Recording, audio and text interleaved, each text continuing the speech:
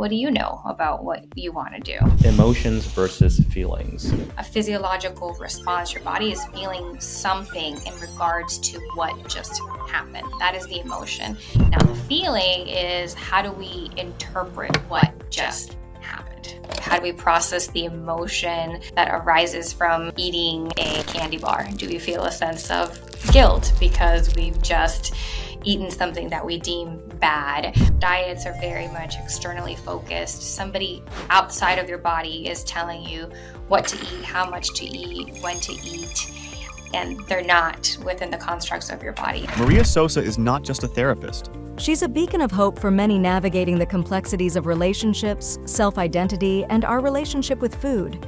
She believes that while many of us might have internalized someone else's script for our lives, we have the power to reclaim and rewrite our own stories. And then that emotional health or that emotional intelligence is what's the best way to deal with that emotion that has just come up. I should be grateful. I have a roof over my head. I have food on, or whatever the case is. That is dismissive. There's people all over the world that are struggling. So I should be so grateful and get over whatever it is that I'm feeling.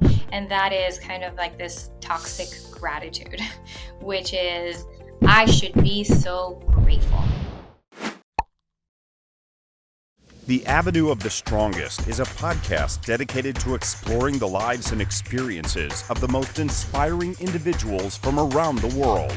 Each episode features interviews with fascinating guests who share their insights and wisdom on a variety of topics, including education, impact, motivation, health, and learning.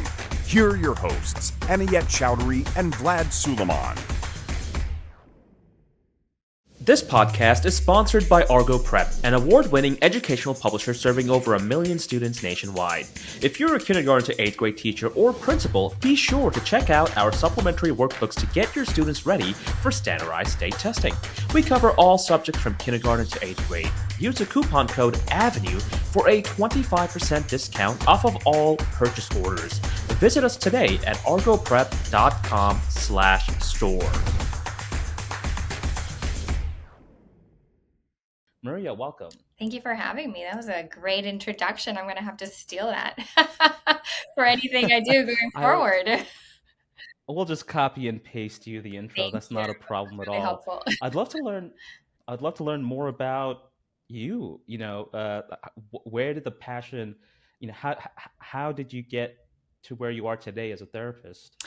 So therapy and becoming a therapist is actually a second career of sorts. I started off in marketing. So I worked in marketing, in economic development, and kind of taking that whole business route in life because that's what my father did. So he was a professor of economics. And so to some extent, as a child of his, I was to be some sort of extension of that. And then it turns out that I didn't want to do any of that. So I had zero passion for economics. I had zero passion for business plans and kind of going that direction. So I decided to go back to school. And I started studying psychology, and then I went on to get my master's in marriage and family therapy because relationships have always been super important to me. It's been a big passion of mine to understand people, their relationships, why we do the things that we do within the scope of a relationship, the relationship that we have with ourselves. So I think that there's always been this interest in that, and it wasn't being channeled in the right direction. And luckily I had the chance to go back, study, and find a path that was more in alignment with the things that interest me and the things that really call to my attention. I love that story. Do you remember when you told your parents or your father that, hey, I'm not exactly sure about marketing. I'm not sure I have the passion for it. Kind of want to go into something else. Do you remember that conversation? So by that time, I had already done my time within, the marketing degree. And Okay, so you were in it for several years then. oh, yeah, yeah. It was one of those things Okay. where I was like, okay, you have to graduate and you have to finish this out and you have to some extent, work in that field for a bit. So I think that by the time that I made that decision, it was an adult decision. When I decided Got it. to study my first career, I was 18, and to some extent, the whole narrative was, what do you know about what you want to do? More likely than not, your parents, I come from the Latin culture, as you said, I'm from Venezuela. So there's very much this essence of respect and Yeah. your parents being a source of guidance and knowing what is best. So I really bought into that narrative and said, okay, this is what I'm supposed to be doing. So by the time that I wanted to make that shift in my career, I was old enough to know that I could, to some extent, challenge that narrative and challenge the idea that your parents know everything and what is best for you. Right. Okay. No, that's awesome. I want to I want to start off this topic by talking about intuitive eating and Mhm. body image Mhm. to kind of set the foundational knowledge for anyone listening. I do want to talk about emotional health. So, what exactly is emotional health, and then how does that intersect with our relationship with food and body image? Yeah, so emotional health is our ability to interpret and express our emotions. So, to be able to regulate what is happening in our bodies when we pick up on some sort of sensory or event that is happening in our surroundings, right? So something happens, something is always happening. And we always know that the one thing that is constant is that something is always changing, something is always happening.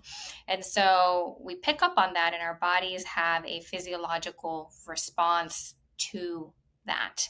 And then we have an interpretation of that, and we kind of try and figure out, how do we react to this thing that we're feeling within our bodies. So emotional intelligence, what is the best way to deal with what is coming up within my body. And sometimes that looks like anger, right? So sometimes Hmm. anger comes about, you're driving in your car and somebody has just cut you off. There's an emotion that Mm, happens to that. There's a physiological right. response.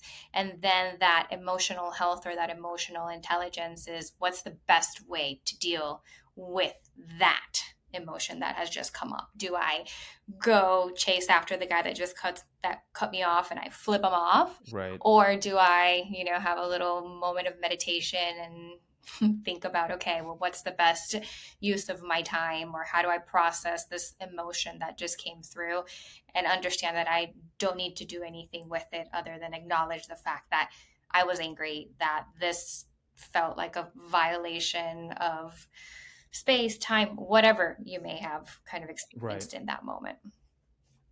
Mm. And so I do want to, and how does that affect us with food, right? Yes. So Right. Thank you for following up. I kind of missed the second no, of part course, of that question. So food is a very interesting topic, just because there's a lot of information tied to food.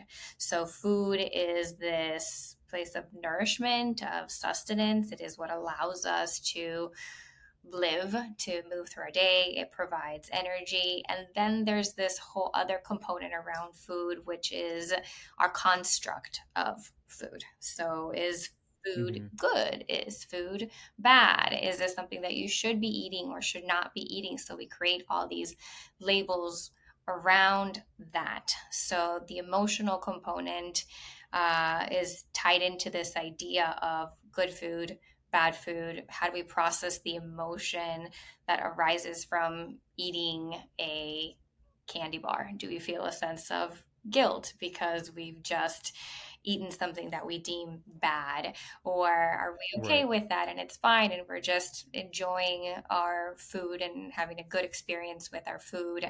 So there's a lot of emotions tied to food. Some of these are positive emotions, some of these are negative emotions, and they kind of tint or create a story about what this food is and how we should interact with it, how we should feel about it, what the right way is, what the wrong way is. So they just, kind of intertwined with each other. Yeah. Hey there, before we dive back into the episode, I wanted to stop for just a brief moment and express our heartfelt gratitude. Knowing that you've chosen to spend your time with us, to listen and engage with our content truly warms our hearts. Every story we share, every topic we discuss is made much more meaningful if you are here with us on this journey. If you found value in what you've heard so far and you're excited as we are about the episodes to come, we'd be so honored if you'd hit that subscribe button. It not only ensures you stay informed of all of our new content, but it also supports us in continuing to create and share. From all of us here, a sincere thank you. Now, without further ado, let's get back to the episode. I do know that you talk a lot about intuitive eating. So my question is, what is intuitive eating? Or I guess it's pretty self-explanatory, but maybe it's not. But what is intuitive eating, and how is it different from like the traditional dieting aspect? Yeah, so intuitive eating was created by two dietitians, Evelyn Tribole and Elise Reich. I might be pronouncing her last name wrong. And they came up with these 10 principles, and it is these 10 principles that create the essence of what intuitive eating is. So some of the principles are rejecting the diet mentality, honoring your hunger, fighting back against the food police, which is sometimes internal, sometimes external. So the policing around what you should and should not eat. Also, honoring your body with movement. The last component of it is gentle nutrition. And so, kind of when you put all these concepts together, I didn't name all of them, but it is what creates this idea of intuitive eating. And it's different than any traditional dieting sense, in the sense that it's not a diet at all. So we're not looking Right. to Right. track, we're not looking to lose weight, we're not looking to have any sort of outcome other than being connected to your body and its needs. So having a different approach to food, having a different approach to the way that we view our bodies. So essentially, it is an internal approach as opposed to an external. So diets are very much externally focused. Somebody outside of your body is telling you what to eat, how much to eat, when to eat, and they're not within the constructs of your body. Intuitive eating says, wait a minute, we have these bodies, they have information. They Right. should be the ones telling us how much we should eat, what we should eat, in what quantities. And so it looks to that internal compass, that internal thermostat to provide the information. So I'm going to assume that intuitive eating is safer and better in the long term than doing these crash diets that we all love to do. Oh my god, I feel overweight. Yes. I'm just going to eat salads and consume 1,200 calories, Right. and you may have lost 5 pounds for 2-3 months, but then you added back on maybe if not more, and it's this vicious cycle. But so Yeah. intuitive Correct. eating. Okay, so in that Mhm. case, let's take, so for example, like I fit into this category exactly. I love these diets, but Mhm. it's a vicious cycle, Right. right? Mhm. I'll just eat whatever, and then I'll go into this diet cycle, lose weight, look great. 4 months in, I'm right back to where I started. Mhm. How does someone like me, or many of us, what's that first step towards actually just using this approach of intuitively eating and not getting into this, I'm just going to eat salads, 1,200 calories, restrict that calorie, Mhm. because it's never worked. So what's that step for people that are already in that cycle of, crash dieting is all they know? Yeah. So the first one is that first principle, which is rejecting the diet mentality. And the diet mentality focuses on restriction. So anything that focuses on this idea of can't have this, we want to Right. kind of exit out immediately. We want to make sure that we're not in any place that puts our bodies into this place of restriction, that looks at can eat, cannot eat. It has all of these rules that are once again dictated by everyone and anyone except for ourselves. And we want to get out of this idea that we have to go through these processes in order to be healthy, right? So we can Right. have Right. health by taking care of our bodies without having to go through these extremes and without focusing on weight loss. So that's another big Mm, component in terms of saying we're going to remove completely this idea of weight loss as a goal, because we're going to right. work on health behaviors. So we're going to focus on the Mm, things that lead to better health outcomes as opposed to making sure that we lose those 5 pounds or that we are able to right. fit in these certain types of clothes. And you're 100% right. It's not sustainable. So being on these diets are a very sure way to make sure that you will end up in this cycle, because there is Right. restriction and then we're done and we're just like, I can't do this anymore. So we're likely to end up on another diet and we end up gaining more weight just because there is a cycle whereby your internal body set point increases every time that you go on a diet. So there's um, science and research behind this as well, that one of the unhealthiest things that you can do for your body and for yourself is going through this yo-yo dieting. So you have worse health outcomes by going on these diets over and over again than if you were to just to Mm, some extent focus on just eating different kinds of food, incorporating things that are better for the functioning of your body, and just again focusing on the health outcomes as opposed to the weight or the way that our bodies look. no, that makes total sense. It's many of us want fast results right away, Oh yeah, right? But fast results are never usually sustainable. sustainable. Mhm. Exactly. Yeah. I do want to go into another segment now. I want to talk about emotions versus feelings. Mhm. So you differentiate between emotions and feelings. Can you elaborate on the distinction and its significance in therapy?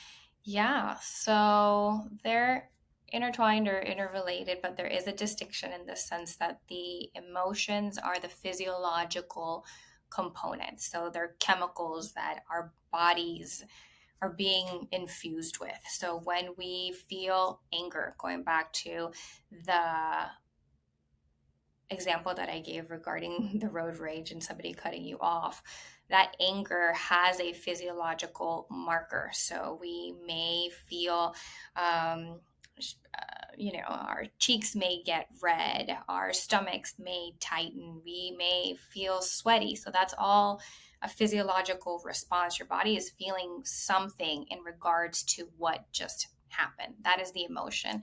And the Hmm. cool thing about an emotion is that it actually has been shown to have a time frame. So from when an emotion starts to when it ends, it is 90 seconds. So it's kind of like understanding that there's this wave in terms of the physiological response. So the onset and then when it flows out. So there's a time frame to that. Now the feeling is how do we interpret what just happened? So Hmm. the Okay. emotion is the information, sweaty palms, I'm feeling something in my stomach, my face is flushed. All of these things are happening within my body. That is the emotion. Now, the feeling is now what? What is it that I'm feeling? How do I interpret this information? And so we would say, oh, well, I'm feeling frustrated or I'm feeling XYZ. And then we kind of give that a name. And then sometimes we create a story around that as well. So it's very much a cognitive, conscious processing of what's just happened in your body. Right. And how it relates to therapy is that we can interpret this in many different ways. So feelings can change depending on the point of view or the frame in Right. which we are viewing that information from our bodies, right? So, for example, when it comes to anxiety for one person can be labeled anxiety. So the Right. physiological response would be labeled by somebody as anxiety, and by somebody else, it might be labeled excitement. So it's that Mm. same kind of Right. energy in the body. And for Right. someone, they would say, oh, I'm feeling really anxious. And somebody else might say, oh, I'm feeling really excited because something is about to happen. And then you would also want to look at context. So, to some Mm. extent, we look to our environment to determine what it is that we are feeling. So, if we are watching a movie and it's a scary movie, then we might say, oh, I'm afraid. That feeling that I'm getting is a sense of fear. All of this information points Mm. to fear because of what I am watching. Now, if it's that same sensation in the body, but we're with somebody that we really like and we've just started seeing, then we'd say, oh, I think I'm feeling attracted towards this person. Right. Again, totally dependent on what is happening, who is around us, and what's happening, as opposed to the Mm. sensation that we're feeling. We were talking about intuitive eating earlier, so I Mhm. actually want to ask you this question, which is positive body image. Obviously, this is something that has been mainstream now for a couple of years now. I do see a lot of progress in the positive body image sites. But my question to you is, what are some actual strategies for someone to foster a positive body image? Because I imagine it's easier said than done, right? Just by saying it's really hard, Right. right? So what are those strategies that we can implement for someone who doesn't have a positive body image about themselves? Yeah, so there's this beautiful quote by Lindsay and Lexi Kite, I believe are their names, and they run an account called Beauty Redefined, and they wrote a book. The name of the book at the moment isn't uh, More Than a Body. That's the name of the Okay. book, and they have this beautiful quote, and it's, "My body is an instrument, not an ornament." So differentiating between the fact that Mm, your body okay. serves a purpose as opposed to something to be admired or looked at, or having this sense of worthiness attached to the way that your body looks. So it says your body is good as is just because it is good. It isn't good because it looks good or because it is deemed good by our social construct of beauty. So a lot of this Right. is tied to what do we believe within our culture as a good and attractive body, because that really Right. shapes our idea of body image and what our bodies are supposed to look like, which we know is constantly changing, because what was deemed beautiful in the 1920s is not the same thing that is being viewed as beautiful now in 2020s. So we can see that Right. because of that, we notice that this idea of body image is very much tied to a social construct, as opposed to, okay, how do I feel about my body? It's Right. always tied to a comparison, and it's always tied to this bigger idea around our social construct of beauty. So, kind of looking at that, challenging these ideas of what beauty is, the standards that we have, why, for the most part, they're really nasty towards women's bodies. So there's a lot of expectations for women's body, which aren't, it's changing. There's a lot of things that men's bodies are also expected to be in terms of muscular. Women are usually expected to be thin and to, have certain Right. body structures. And just kind of looking at the social construct of that, focusing on the functionality of the body, so the things that it is able to do, how it carries us through life and it allows us to move, I always think about how you never really know how well your body functions until something has gone wrong with it. So when Mm, we have a cold, right. the worst thing is this idea of I can't breathe, right? Or only one Yeah. nostril is working and you can only breathe through one. And then the moment that you're done with your cold or with your flu, you're so happy and so grateful that you can breathe again. But how often are we going about our days like, I can breathe, I'm Yeah. not sick at this moment and I can breathe. And so it's kind of coming to terms with that of how often we don't acknowledge the ways that our bodies are working for us or digesting or moving us through life. And so kind of shifting the focus from the body as an ornament, as this thing that needs to look good, to a body that is an instrument and we want it to function as best as it can so it can allow us to live a long and healthy life.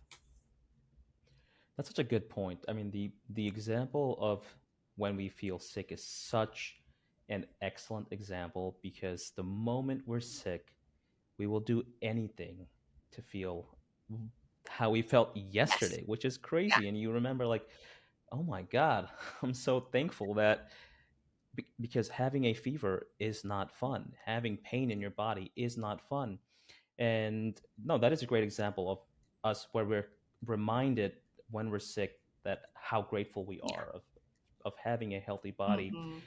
And this can get extrapolated to every aspect of your life. So for example, like, okay, so I've been running my company for 9 years now, and every so often, I'll still feel maybe not satisfied and unhappy, or I'll want more. And I always try to remind myself I should be extremely grateful for what I have, or the fact that I have two hands and two legs and two eyes and a Hmm. working liver and a working heart. I mean, it sounds funny, but if you just remind yourself that you're alive, you're healthy, you're okay, Yeah. there's a lot to be grateful for because there are many that don't have that privilege or luxury. Yeah. And so I try to remind myself constantly, at least once a week, because then it kind of grounds me. Because we're so quick to say, "Oh, I'm so unsatisfied. Oh man, I wish I had more money. Oh man, I wish I had this. I wish I had that. I wish I was 5 pounds skinnier. I wish I had 10 pounds more muscle. Whatever it is, we're always wanting something.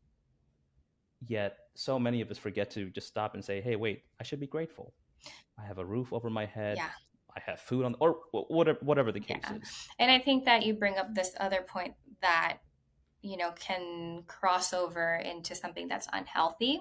And that is kind of like this toxic gratitude, which is, Hmm. I should be so grateful. I have no reason to complain. I have no reason to feel the way that I feel because I have all of these great things. I have a roof over my head. I have food. I have all of these things. There's people all over the world that are Right. struggling. So I should be so grateful and get over whatever it is that I'm feeling. I should be so grateful because somebody else has it worse than us. And so that is dismissive, that kind of looks to diminish the experience that we're having by just throwing some gratitude on top, right? So if we want to have Hmm. authentic gratitude, it allows for this experience to be true.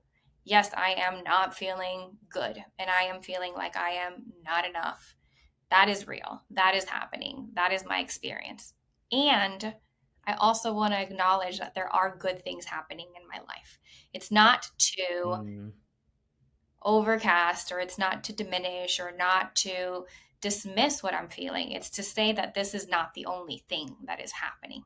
It's not only the lack that I'm feeling or the sense of not enough. That's real. That's true. And I'm also really excited about these other things that are happening in my life. And that kind of paints a better picture for ourselves than this idea of everything is great and I should be so grateful, or the other extreme, which is everything is awful and nothing is going well in my life. Right. No, that is yeah. The other extreme to that would be toxic. would be talking, and it's detrimental to one's Mhm. health, correct? Yeah. Right? Just saying, hey, well, no, everything's fine. In the long term, I'm assuming it has a lot of damage, correct? Oh, it really does. I think it just kind of suppresses the things that are going on with us. It suppresses, the physiological components, which is that emotion, and it really can make us sick, right? So not Hmm. taking care of these emotional components and suppressing them and not being attuned to them can lead to Hmm. physical unhealth or a physical lack of health. Hmm. Mhm. No, that makes sense. I want to move into relationship dynamics. Yeah. Obviously, there are red flags and green flags, obvious red flags in relationships. Can you provide some examples of maybe some red flags that some people might overlook, or Hmm. like easy to misread that hey, this is actually a red flag? Yeah. So the interesting thing about the early stages of a relationship is that we're very prone to miss these red flags because our brains are only honed in on the positive things of this individual that we've just met. So literally parts of your brain that work to look for these red flags are shut down because we're just very much focused on the things that we like about them. We're very focused on the potential future or what this could be like for us. It's very emotional. There's a lot of chemicals at play here. So we have dopamine, we have norepinephrine. So these are all working within our system. Um, so it's hard to view some of these red flags because it's almost like we're kind of blinded to them because the brain says, oh, yeah, yeah, that's kind of there, but let's focus on all the really good things about them, Right. or all the things Right. that we like and that we really enjoy.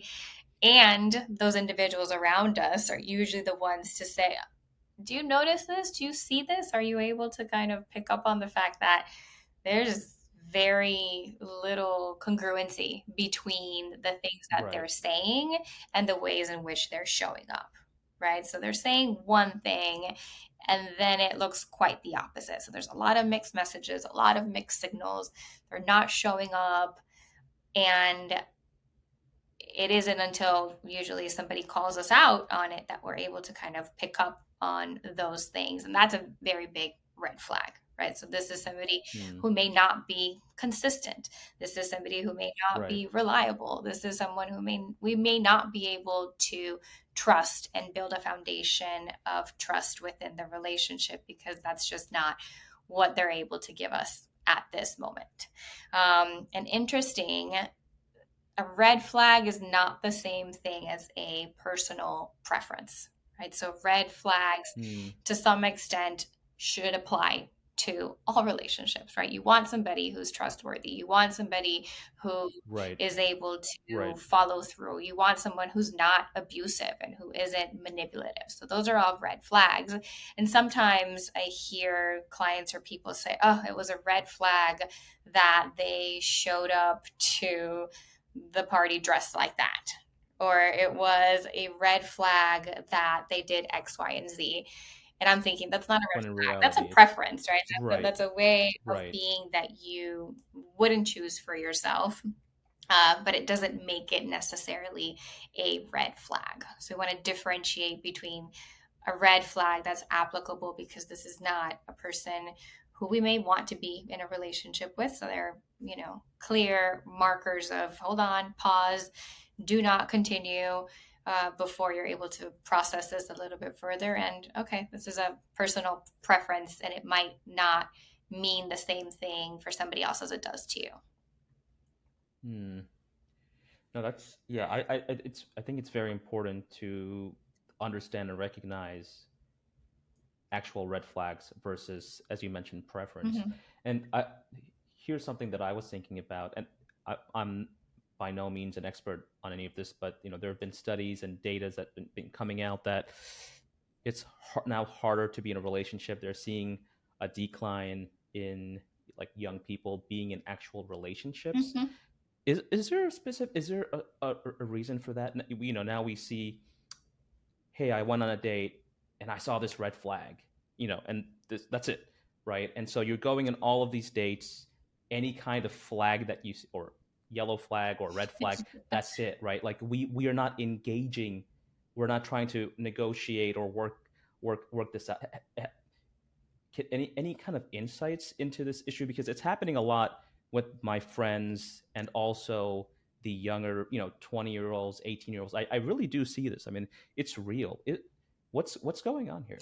Yeah, so I'm going to kind of, throw out a theory here. It doesn't mean that it is correct, just the thought process here. And Right. it's the thought that we have a lot of expectations in terms of what things should look like, right? So to some extent, if we look back, I'm a millennial, so we have certain expectations of what our relationships were supposed to look like. We had romantic comedies, right, as a lot of the information Mm, that guided our reference for what a relationship should look like, which is not the same way in which, if you look at the 1940s, what they envisioned as a relationship and what that should look like. And so if we look at Gen Z and some of these younger generations, they have lived their whole lives with some sort of technology, right? They've had right. phones, they've had videos, they've had everything at their fingertips regarding visuals and images and expectations. So I'm curious as to what that has done in terms of the expectations that we have Mm, for relationships, the expectations that we have for life. We see a lot of these beautifully curated relationship goals and lives, right. and we to some extent use that information as a goalpost to strive towards, and the reality is that that's not actually what it looks like. So we are very disappointed when we go on a date with Mm, somebody and it doesn't look like it looks on that Instagram, or they didn't show up with whatever image we had in our heads. And so we're quick to dismiss that and say, yeah, this is definitely not for me, or this is definitely not what the relationship that I'm supposed to be in. So I wonder if that might have something to do with it. And there is some data regarding the fact that these younger generations are spending a lot more time on technology.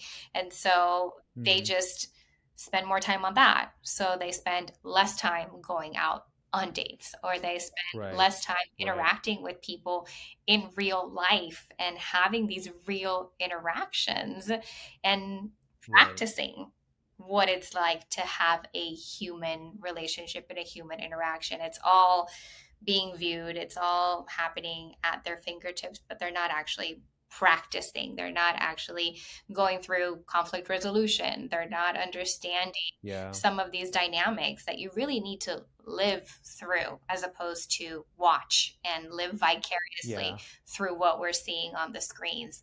So that's just a theory of mine. Don't know if Right. that is Well, I certainly agree with you. I mean, it's definitely a theory, right? Mhm. But I do agree with you. I share your same sentiment. I want to talk briefly about the yes and approach. I Mhm. know you brought this up. I was looking at your Instagram. I think I found it on Instagram or one of your other interviews. Yeah. Can you explain this concept briefly, the yes and approach? Yeah. So we have a tendency to use yes, but in the way that we communicate. Hmm. Yes, I hear you, but let me tell you my side. Hmm. Yes, but this is where you're wrong, right? So it creates an adversarial kind of relationship when we're having interactions with other people. It says, yeah, I hear you, but let me negate that and to Right. some extent interject my perspective and override that. When we use yes and, we're saying, yes, I hear that, I am acknowledging that, and there's also space for me to share what I'm having without negating what you've just said. So it allows for more than one perspective, and it also allows for more than one thing to be true. So if we're using that within ourselves, we can hold space for thoughts or concepts that usually sound contradicting, but can actually Right. happen at the same time. So if you're saying, yes, I'm really excited that my family is coming into town and I'm going to be hosting them and we're going to spend all of this time together. And it's going to also bring up some anxiety because they're going to be at the Hmm. house. So I can acknowledge the fact that I'm really excited for them to come and that it's also going to trigger some sort of anxiety. So it allows for more complex look at our experiences. It allows for a more holistic approach to life. And it says we're not just these one dimensional individuals where only one thing can be true. It says more than one truth can be true at the same time. That I've heard about this before, and I wanted to implement it, and I have not. So I'm glad we brought this up in discussion. Yeah. I would. I'm going to hold myself accountable, and I'm going to really try it because I am the yes but, and imagine in team meetings, right?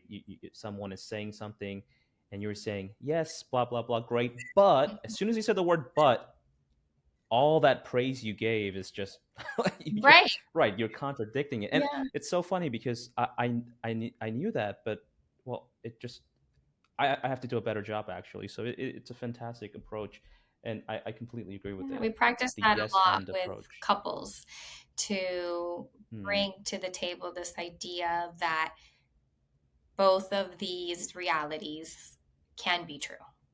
So it isn't this is right and this is wrong. It's how can we create space for both to be right, for Right. both of these perspectives to exist. Because if not, then we really are viewing ourselves and we're really viewing the other person as the enemy. But when we say, Right. let me understand you and you understand me, okay, that's a very different place to be, especially as a couple, than this constant yes but back and forth. Hmm. Maria, I have two last questions for you. For listeners who might be struggling, whether it's emotional health or relationships or body image, what's one actionable advice or piece of advice that you'd like to leave them with? Mm. Is it go see a therapist, or or it's something actionable? Yeah, so I think that we really undervalue the power of really small changes. So when we're in the middle of something painful or we're suffering, we want something big, some sort of magic wand to just kind of come over and fix everything, which Hmm. isn't going to happen because rarely do we see this miracle, overnight miracle, essentially, that kind of takes everything away. Right.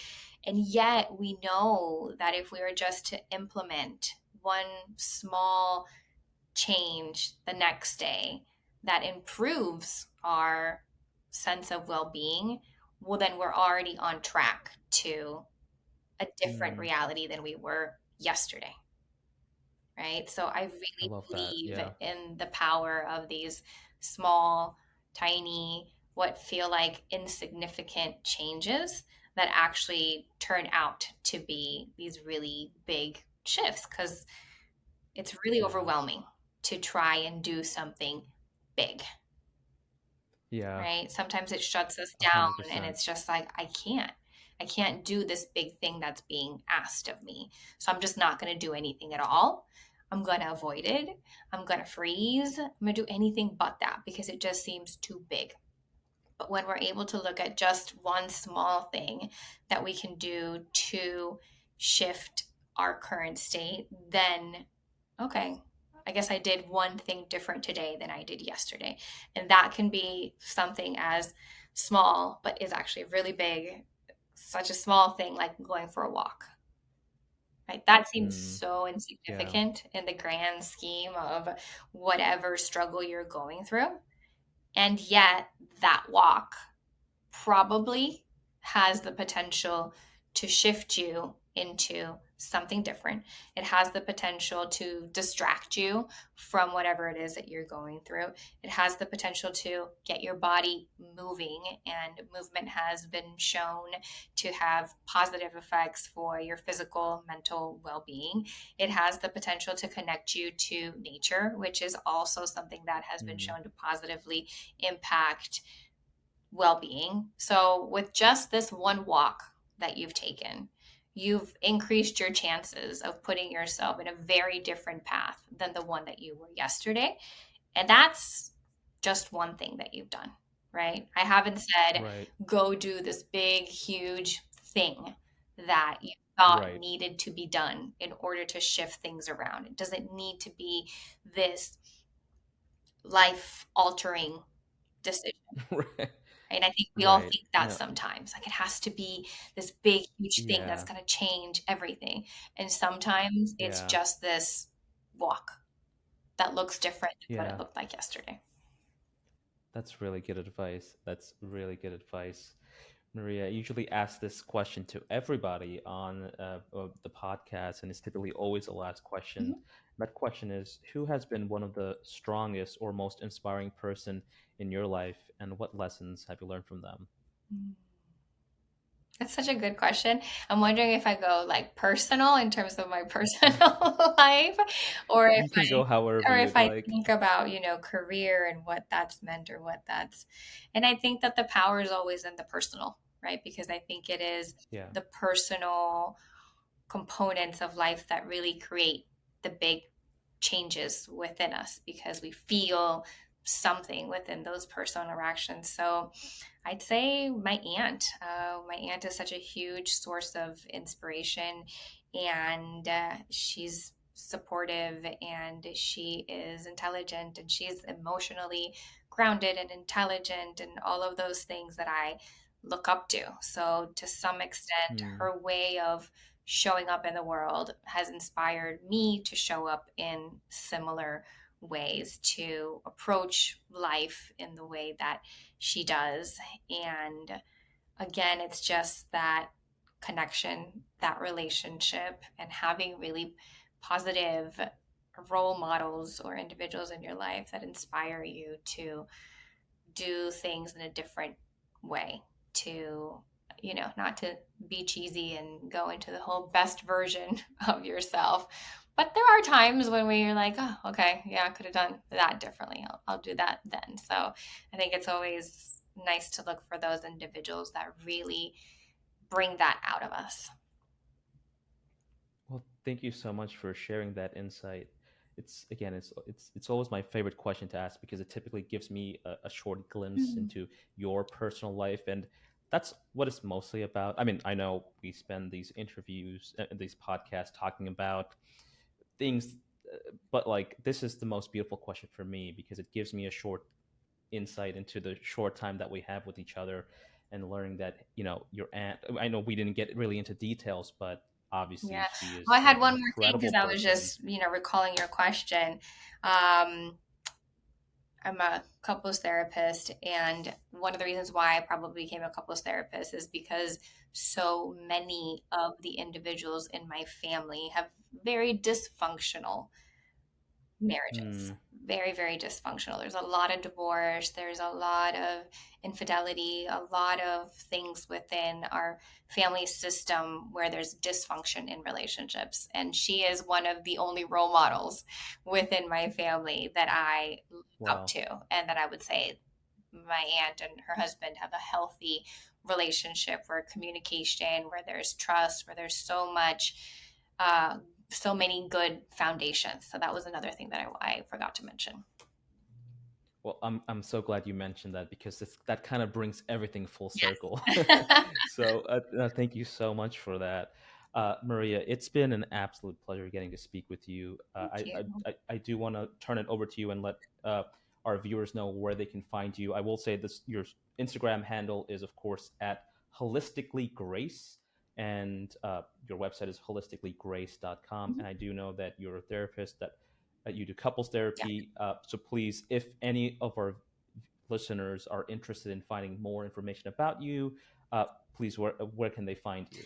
Yeah, those are probably the best two ways. So on my website is all my information. I'm a licensed couples therapist. I work with individuals, I work with couples, I um, love relationships. I am fascinated by relationships and could just talk about relationships for hours.